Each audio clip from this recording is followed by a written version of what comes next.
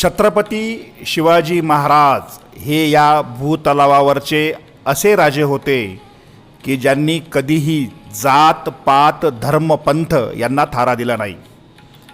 छत्रपती शिवाजी महाराजांनी या पृथ्वीवर जाती व धर्मविरहित स्वराज्याची संकल्पना मांडली आणि ती यशस्वी करून दाखवली.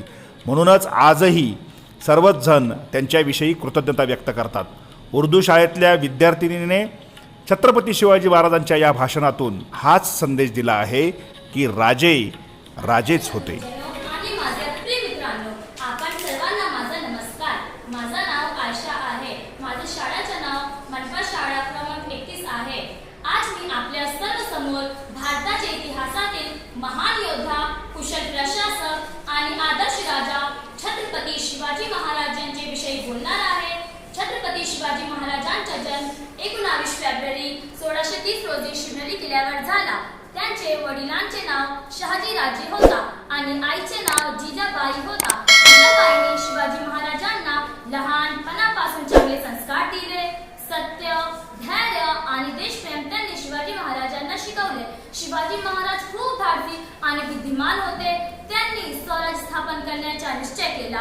मावळ्यांच्या मदतीने त्यांनी अनेक किल्ले जिंकले आणि स्वराज्य मजबूत केला. तो शत्रूंशी शहाणपणाने लढले पण कधी अन्याय केला नाही. शिवाजी महाराज फक्त महान योद्धा नव्हतो, तो एक न्यायप्रिय आणि दयाळू राजा होते. तो आपल्या प्रजाची काळजी घेत, स्त्रियांचा सन्मान करत आणि सर्व धर्माचा आदर करत होते. म्हणून सामान्य जनता त्यांच्यावर मनापासून प्रेम करत होती. डोक्यावर मुकुट नव्हता तरी राजा वाटला. डोक्यावर मुकुट नव्हता तरी राजा वाटला. जनताच्या हृदयात सिंहासन मांडला.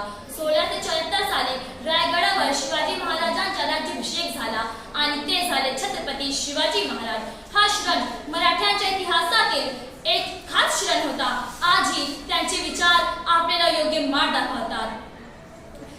धैर्य, प्रामाणिकपणा आणि देशप्रेम शिकवतात. छत्रपती शिवाजी महाराज फक्त इतिहास नाहीत, तो आमची प्रेरणा आहेत. जय भवानी, जय शिवाजी महाराज. शिवाजी वो थे जो कम फौज में भी बड़ा काम कर गए. शिवाजी वो थे जो